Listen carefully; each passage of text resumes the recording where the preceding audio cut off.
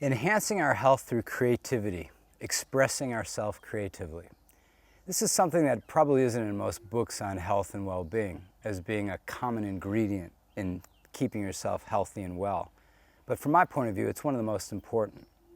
There's been many documented cases of people who have been diagnosed with a serious illness and stepped out of the box, did something different, sort of made associations that the medical practitioners and the natural therapists that they were working with didn't have on their recommended list of things to do when you find yourself in a difficult challenge.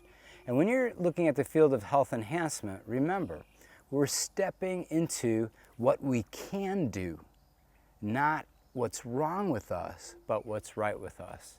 And the best story that I like to recall in terms of creative expression and health enhancement is that of Norman Cousins. Norman Cousins was diagnosed with a crippling collagen disease, and he wasn't given much hope in terms of his future. And he made an association. He said, when I laugh, I feel, even if it's just for a few seconds, no pain. What would happen if I prescribed for myself laughter as my medicine?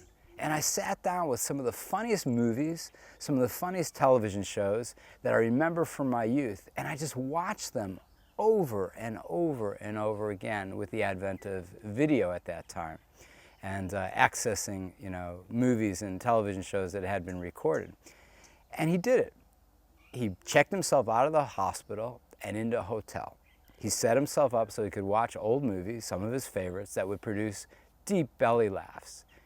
And he spent hours watching comedy, hilarity. And what did he find? He actually found that he became his own anesthetist. He could actually administer, through laughter, the remedy for what was ailing him. And over a period of time, and it's written about in his book called Anatomy of an Illness, he actually cured himself and was actually able to go back and share the wonders of being creative in his treatment for his disease with the whole world. And we've heard the expression, laughter is the best medicine. Many of us have heard of a doctor called Patch Adams. Robin Williams starred as Patch Adams in a recent movie from Hollywood. And Patch Adams also has this prescription that through being creative, through cultivating eyes of curiosity and wonderment about the world, your health is actually improved. And whatever disease process is going on with all of us is positively impacted to be corrected and rebalanced. So when we're looking at creative expression, what sort of things might we tap into in order to apply it to our daily lives? Well, the first off, if we look at the Norman Cousins example of laughter being the medicine for his crippling disease, is having a vision. He had a vision that if he feels good when he laughs, the endorphins being released from this inner pharmacy within him, mightn't that be a painkiller? Why not try it? And would a hospital be the best place to try it? No, everybody hates being in the hospital. He thought, I'm going to check myself into a hotel, into something that has a positive quality environment. So he had a clear vision of where he wanted to go and how he wanted to do it. There was some trial and error involved, which is all part of the creative process.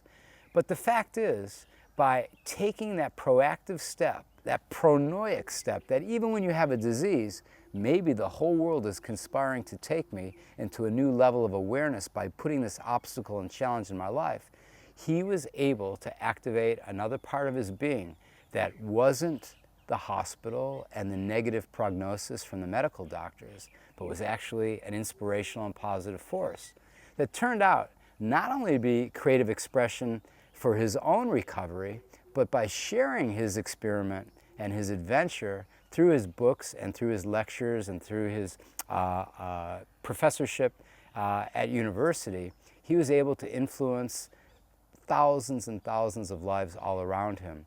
And things like endorphins, words that transmit how this actual inner pharmacy activates the immune system and is able to allow us to overcome the pain through laughter, through joy, through smiling. These molecules of emotion that Dr. Candace Pert has proved are flowing through our systems each day when we smile, when we laugh, when we chuckle, when we tell a lighthearted story, when we help somebody through service and caring. These are actually creative ways to address whatever challenges we're facing.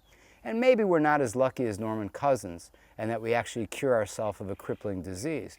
But listen, what are the choices? When we're being creative in the face of challenges around us, at least it may offer an opportunity of respite, a little bit of a break. So when you're thinking of enhancing your health and well-being, try to be creative. Don't necessarily look for the answer on the internet or in some book, but think about a vision, an association, maybe a subtle message that has come through to you in your life. Look at perhaps books on creativity, different authors who are actually inspiring you to be creative, different people in your life who stepped out of the box and shook things up, tried something new, said, what would happen if? You know, the old Edison saying, I haven't failed 1,000 times, I've discovered 1,000 ways to do things in a different way than the way in which I want to go.